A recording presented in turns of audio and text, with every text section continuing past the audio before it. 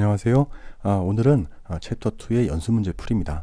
자, 이제 그 두 번째 연수 문제 풀이네요. 자, 우리 첫 번째 문제부터 우리 확인해 보도록 하겠습니다. 자, 연수 문제는 51페이지에 있고요. 우리가 그 처음에 통계를 할 때 가장 이제 기본적으로 먼저 알고 있어야 될 내용들이에요. 자, 우리가 모집단을 뭐라 그랬었죠? 모집단은 통계 분석 방법을 갖다 적용하는 관심 대상의 전체 집합을 얘기한다 그랬습니다. 예를 들어서 XX 연도에 수입된 모든 쇠고기 전체, 혹은 A 쇼핑몰의 회원 전체, 혹은 뭐 어떤 통신사의 회원 전체, 이런 것들이 다 전체 집합이잖아요. 이 전체 집합을 갖다가 우리가 모집단이라 그랬었는데, 이 모집단에서 우리가 어떤 유의미한 숫자를 갖다 뽑아낼 수가 있습니다. 어떤 거를 전체에 해당하는 평균을 뽑아내면 우리가 이렇게 뮤로 표시를 하고요.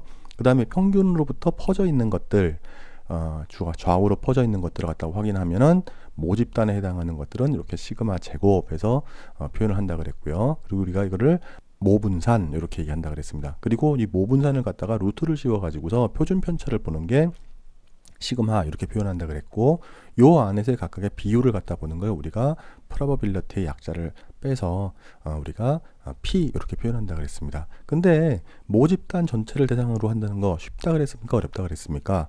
거의 불가능한 경우가 많습니다. 그렇기 때문에 우리는 항상 이렇게 일부분만을 갖다 뽑아서 하는 거죠. 일부분. 자, 왜 불가능하냐면 X년도에 수입된 쇠고기, 모든 쇠고기, 그럼 이걸 갖다가 다 어떻게 조사를 할 거예요? 이거 팔아야 될 거 아닙니까? 그러니까 그거는 일부분만 떼서 하는 거예요. 자, 그래서 일부분에서 떼서 한 거 전 평균을 갖다가 의미 있는 숫자를 갖다가 어떻게 표현합니까? 이렇게 X 바로 표시하죠. 그 다음에 분산에 해당하는 거 이렇게 우리가 시그마의 약자인 S를 뽑아서 똑같이 이렇게 제곱을 해줍니다. 이거는 우리가 당연히 표본에 대한 분산이기 때문에 표본 분산, 요거는 모 분산 할 거고요. 요거는 모 표준 편차인데 다시 요거를 루트를 씌우니까 이렇게 S로 써주고서 표본 표준 편차, 모 비율에 해당하는 걸 갖다 표본으로 가져오게 되면 이렇게 똑같은 P인데 여기 이렇게 햇을 씌워 가지고서 이렇게 표시를 한다 그랬습니다. 그래서 요 의미 있는 요 숫자들 전체에 해당하는 거 모집단에서 나오는 거 갖다가 우리가 뭐라 그러냐면 모수라 그러죠. 모수라고 하고, 표본에서 갖다 뽑은 의미 있는 숫자들을 갖다가 우리가 통계량이라고 우리가 표시를 합니다. 자, 그 다음에 이제 3번인데요. 3번에 해당하는 것도 1번에서의 1번과 2번의 연속선상에 있습니다. 풀이가요. 자, 보면은 우리가 모집단을 갖다가 하는 게 가장 정확하죠. 왜냐면 추론을 할 필요가 없잖아요. 모집단을 갖다 다 조사를 한 다음에 그냥 계산만 하면 돼요. 그런데 통계량을 갖다가 가지고서, 표본을 가지고서 통계량으로 모수를 추정하는 거, 이걸 왜 하느냐? 가장 큰 이유는 불가능하기 때문에 그렇습니다. 그 이유 때문에 우리가 인문사회과학에서는 전체적인 모집단을 갖다가 대상으로 안 해요. 왜냐면 시간도 많이 들고요, 돈도 많이 들고요. 그렇기 때문에 우리가 표본 조사는 조사자 입장에서 보면은 비용, 시간 대비 효율성이 아주 큰 그런 방법입니다. 근데 중요한 거는 항상 요 부분이 전체를 갖다가 대표할 만한 대표성이 있어야 된다라는 게 가장 중요한 핵심입니다. 이제 그러니까 표본 추출을 잘 해야 되겠죠. 자, 이제 4번인데요. 4번은 우리가 표본 추출이 중요하다고 방금 얘기를 했었잖아요, 마지막에. 네, 표본 추출하는 방법, 확률적 표본 추출과 비확률적 표본 추출, 이 두 가지를 배웠습니다. 근데 확률적과 비확률적 뭐가 다른 것이냐? 그 다른 가장 중요한 기준은 뭐냐면, 자, 전체 모집단에서 표본을 갖다 뽑아야 되는데, 자, 이 표본이 되는 전체의 모집단을 구성하는 구성원들이 있어요. 이렇게 구성하는 요인들이 있을 때 이 표본으로 선택이 될 확률이 모두 다 동일하는 거. 그러니까 전체의 모수가 n개라면 확률이 모두 n분의 1개로서 동일하다라면 확률적 표본 추출입니다. 근데 그게 아니고 조사자가 어떤 의도에 의해서, 방법에 의해서, 어떤 원인에 의해서 이 표본을 추출할 때 n분의 1이라는 확률로 동일하지 않다라면 이거는 비확률적 표본 추출입니다. 그러니까 이 확률적, 비확률적에 대한 구분은 표본으로 구성이 될 확률을 갖다 얘기하는 겁니다. 자, 이제 연수 문제 5번으로 넘어가 보겠습니다. 자, 연수 문제 5번에는 우리가 이제 각각 해당하는 어떤 조사를 갖다가 어떤 표본으로 구성을 해야 될지, 어떻게 해야 될지라는 걸 갖다가 우리 확인해 보는 이제 그런 거거든요. 자, 첫 번째 보기에 보면은 우리가 이건 자세히 안 봐도 자주 우리가 확인할 수 있는 거죠. 보도나 뉴스 같은 데서 보면은 자주 나오는 내용이에요. 자, 선거 후보자들의 지지도 조사 어떻게 할까요? 일반적으로 전화를 막 돌려가지고서 우리가 조사를 해냅니다. 무작위로 돌리는 거죠. 랜덤 샘플링, 확률적 표본 추출입니다. 근데 그렇게 하는 것보다는 조금 이제 남성, 여성을 좀 나눠서 전체 우리나라 국가의 비율이 어떻게 되는지 확인을 한 다음에 그 비율로 나눈다거나 혹은 연령대를 갖다 나눈다거나 이러면 좀 더 정확한 조사가 되겠죠. 그러니까 요 조사 보도를 갖다 할 때 보면은 오차 범위라는 걸 항상 얘기를 해줍니다. 물론 통계 자체가 오차를 갖다가 포함하고 있기 때문에 확률이기 때문에 항상 오차가 있는 거잖아요. 그렇기 때문에 항상 오차 범위가 항상 존재를 하고요. 자, 두 번째 같은 경우에는 우리가 이제 T 검정 들어가게 되면 이제 배우게 될 이제 그런 예인데요. 이것도 역시 확률적 표본 추출입니다. 뭐 이거 굳이 조사자가 가서 난 여기서만 뽑을래 이렇게 뭐 해도 상관이 없는데 뭐 그렇게 할 이유가 없잖아요.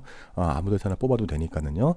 자, 그렇게 해서 보는 거 뭐 굳이 뭐 랜덤 샘플링을 하지 않고 좀 더 정확하게 하겠다 그러면은 혹시라도 공장에서 이거를 갖다가 제조를 할 때 관리자가 만약에 3명이다 그러면 3명에 해당하는 관리자에서 근무 시간별로 해서 몇 개씩 나오는지를 갖다 비율을 보고서 추출을 하면 되겠죠. 역시 이것도 확률적 표본 추출입니다. 어떻게 하든지 근데 뭐 굳이 그걸 나눌 필요가 없을 것 같아요. 그냥 무작위로 해도 왜냐하면 기계가 뽑아내는 거기 때문에 사람이 만들어내는 것 같으면 일일이 담는 거라면은 사람에 따라서 몇 개씩 하는 게 중요할 것 같기도 한데 이건 뭐 기계가 거의 해놓는 거니까 그냥 랜덤으로 샘플링해도 상관은 없을 것 같습니다.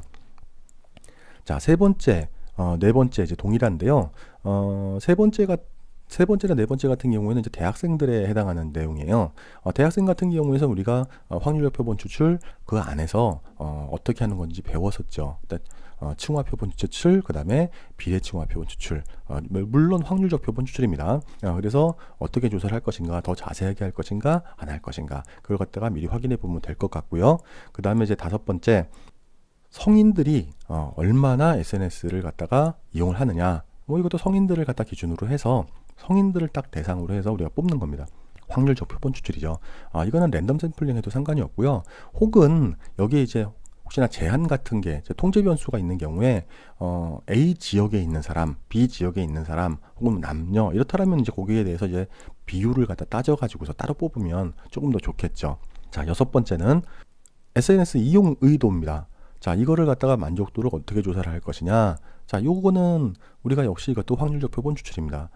랜덤으로 해도 상관이 없고요. 그 다음에 혹은 그 비율로서 나눠서 해도 상관이 없습니다. 혹은 어느 앞을 지나가는 사람들을 기준으로 해서 체계적 표본 추출을 해도 상관이 없어요. 그렇게 해서 답을 갖다가 계산을 해내면 정확하게 모집단의 모수를 갖다가 추론을 하게 됩니다. 일곱 번째, 패밀리 레스토랑을 갖다가 기준으로 해서 음식 맛, 친절도, 만족도 요걸 갖다가 선호도를 갖다가 어떻게 조사할 것이냐. 일단은 정해져 있다라면 예를 들어서 전체에 해당하는 것 전부 다 하기는 힘들겠죠. 왜냐면은 패밀리 레스토랑이라고 하더라도 아주 고가대 하는 것과 중가대, 저가대가 각각 다를 겁니다. 그러니까 이걸 갖다 다 혼재해서 다 조사를 한다면 정확한 모수를 추정할 수가 없을 거예요. 그러니까 역시 이것도 비율로 나눠서 하는 게, 혹은 뭐 저가대에 있는 것만로 한다 그러면 저가대에 해당하는 것들이 있을 거 아니에요. 그러면 이런 경우에는 무작위로 해도 상관이 없을 것 같습니다. 근데 다만 어떤 해당하는 하나의 브랜드만, 난 이 브랜드가 편하니까 이것만을 하겠어 라고 한다면 편향이 되겠죠. 그런 경우에는 비확률적 표본 추출이 될 수도 있을 거니까 이제 그런 부분은 좀 피하면 될 것 같습니다. 그 다음에 이제 여덟 번째에 해당하는 건데요. 여기서는 이제 조금 내용이 좀 달라질 수가 있어요. 이제 어떤 경우냐면 요 세 가지에 해당하는 내용은 뭐냐면 기업가 정신에 해당하는 내용이에요. 이제 그런 이제 이론인데, 자, 이걸 갖다가 조사를 하는데 어떻게 할 것이냐. 결론부터 답을 드리면 확률적 표본 추출과 비확률적 표본 추출을 같이 사용을 할 수가 있습니다. 그러니까 이거를 갖다가 표본을 추출할 때 한 번은 확률적, 한 번은 또 비확률적, 이걸 갖다가 섞어서 추론을 해낸다는 게 아니고 조사 연구의 목적에 따라, 방법에 따라서 이런 청년 사업가를 갖다가, 청년 창업가를 갖다가 랜덤하게 뽑아낼 수도 있고, 혹은 그렇지 않고 나는 이런 분야에 있는 사람만 하겠어, 이런 분야에서도 나이가 몇 살인 사람들만 하겠어 라고 이렇게 해가지고 조사의 목적에 따라서, 조사자가 편의에 따라서 하실 수도 있어요. 자, 그럼 답이 되셨나요? 자, 이제 그럼 여섯 번째 문제입니다. 자, 여섯 번째 문제는 우리가 많이 봤죠. 우리가 Z분포는 뭐라 그랬습니까? Z분포는 우리가 표준 정규분포라 그랬었죠. 그래서 표준 정규분포는 평균이 0, 분산은 1인 그런 분포를 가집니다. 근데 T분포는 표본이 충분하지 못해요. Z분포는 당연히 표본의 개수가 충분한 거고요. 자, 그러니까 표본의 개수가 충분하지 않을 때, 충분하지 않은 기준은 기초통계학에서는 우리가 30개라 그랬습니다. 30개가 되지 못하는 경우에, 자, 그런 때는 표본이 충분하지 않기 때문에 정규분포를 구성할 수가 없습니다. 정규분포를 구성을 해놓고 서로 이제 비교를 하기 위해서, 이런 두 가지가 있다라면 비교를 하기 위해서 이걸 표준화를 하고서 이걸 서로 비교를 하는 거잖아요. 자, 그런데 T분포는 그게 안 돼요. 그렇기 때문에 T분포는 왜 그러냐면 평균은 0으로 할 수는 있습니다. 근데 평균은 0으로 할 수가 있지만 분산 자체가 0보다 1보다 커요. 왜냐면 정규분포를 갖다 구성하는 것 자체가 우리가 평균은 0, 분산 자체가 1이라 그랬었잖아요. 근데 이 숫자가 적게 되면 들쑥날쑥한 그런 표본들이 많을 거기 때문에 당연히 이렇게 퍼지게 됩니다. 그러니까 당연히 1보다는 크게 되겠죠. 왜냐면 표준 정규분포보다는 넓게 퍼져 있으니까요. 그런데 우리가 알고 넘어갈 건 뭐냐면 이 Z분포와 T분포가 있다고 했을 때 T분포를 N을 무한대로 갖다 수렴을 시키게 되면은요, 이 T분포는 점점 이게 정규분포라고 하고요. T분포가 이렇게 숫자가 자유도가 낮을 때 자유도가 점점 높아질수록 이렇게 올라가는 걸 갖다 우리 확인하실 수가 있어요. 이렇게 올라가서 만약에 무한대로 수렴했다 그러면은 표준 정규분포와 동일한 분포가 되겠죠. 자, 이것만을 기억해 놓으시면 됩니다. 자, 그리고 일곱 번째 해당하는 문제 우리가 확인해 보도록 하겠습니다. 일곱 번째 문제는 보시면 우리가 분산에 대한 것들은 지금 아직까지 안 다뤘잖아요. 자, 지금 6번까지는 우리가 평균에 해당하는 그런 내용이었습니다. 근데 분산에 해당하는 거 보시면은 카이제곱 분포랑 F 분포라는 게 두 개가 있습니다. 이거는 기억을 한번 해놓으세요. 카이제곱 분포와 F 분포. 그래서 요 둘 큰 차이는 뭐냐면, 자, 요 카이제곱 분포는 분산이 1개일 때, 그 다음에 F 분포는 분산이 2개일 때 한다. 이렇게 기억을 해놓으시면 됩니다. 그래서 카이제곱 분포는 1개의 분산에 대한 추론이고요. 이거는 정규분포에서 정규분포에 해당하는 각자 해당하는 걸 갖다가 제곱을 해서 나온다 그랬었죠. 그래서 x1, x2, xn에 해당하는 걸 갖다가 제곱을 한 제곱분포다. 그렇기 때문에 요거는 마이너스로 나올 수가 없다. 항상 제곱이니까 0보다 큰 값을 가지게 되죠. 근데 F분포는요. F분포는 카이제곱 분포랑 다른 게 요거죠. 하나냐 둘이냐. 그러니까 두 개의 분산에 관한 추론이기 때문에 이거 우리가 표시를 할 때 이렇게 씁니다. F 하고서 분산 1, 그 다음에 분산 2 이렇게 해서 이걸 비율로 나타내요. 자, 각각에 대한 카이제곱에 대한 자유도를 갖다가 의미하는 요 분산에 해당하는 거. 왜냐면 우리가 방금 얘기를 했었잖아요. 하나에 해당하는 게 요거다. 근데 각각에 해당하는 걸 갖다 이렇게 우리가 따로 나타낸 겁니다. 그리고 분산을 갖다 판단을 하죠. 그래서 비율로 나타냅니다. 두 개의 비율 V2분의 V1 곱하기 팩하면 비율이 나타났잖아요. 그렇게 해서 같으면은 분산이 동일할 것이고요. 같지 않으면 분산이 다르게 될 겁니다. 이걸 갖다가 유의 수준 몇 % 안에서 확인을 해보는 거. 자, 그게 우리가 F분포라고 하는 겁니다. 자, 이제 8번입니다. 8번 문제는요, 6번 문제와 연속선상에 있는 문제입니다. 보시면, 자, 우리 중심극한 정리라는 거 뭐라 그랬었죠? 중심극한 정리는 모집단이 정규분포를 구성하지 않더라도 표본의 개수가 30개가 넘는다라면 우리가 정규분포를 구성한다라고 하는 그런 이론입니다. 왜냐면 이게 정규분포가 아니에요. 아닌데 요거를 갖다가 우리가 다시 뽑고 여기서 뽑고 표본을 계속 뽑아버리면 모집단에서 뽑아버리면 그 해당하는 표본에 해당하는 분포가 정규분포를 간다라는 건데, 이게 항상 기준은 몇 개가 돼야 된다고요? 30개가 넘어야 된다라는 거. 자, 그걸 갖다 확인하시면 됩니다. 이건 우리가 바로 지난 시간에 했던 평균에 대한 분포가 뽑으면 뽑을수록 여러 표본의 개수를 뽑으면 뽑을수록 점점 평균으로 흩어지는 그게 줄어드는 걸 우리가 확인했었죠. 이렇게 줄어드는 걸로 차이가 줄어드는 거. 자, 그걸 갖다 생각하시면 이해가 빠를 것 같습니다. 자, 연습 문제 풀이 시청해 주셔서 감사합니다. 기초통계학을 학습하시다가 궁금한 점이 있거나 잘 모르겠는 거, 그 다음에 혹은 이해가 잘 되지 않는 부분 있으면 어떤 질문이든 답변을 해드리도록 하겠습니다.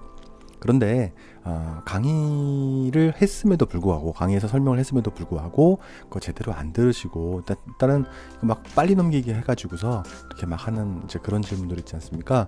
근데 그런 질문에 대해서는 제가 일일이 다 답변을 드릴 수가 없어요.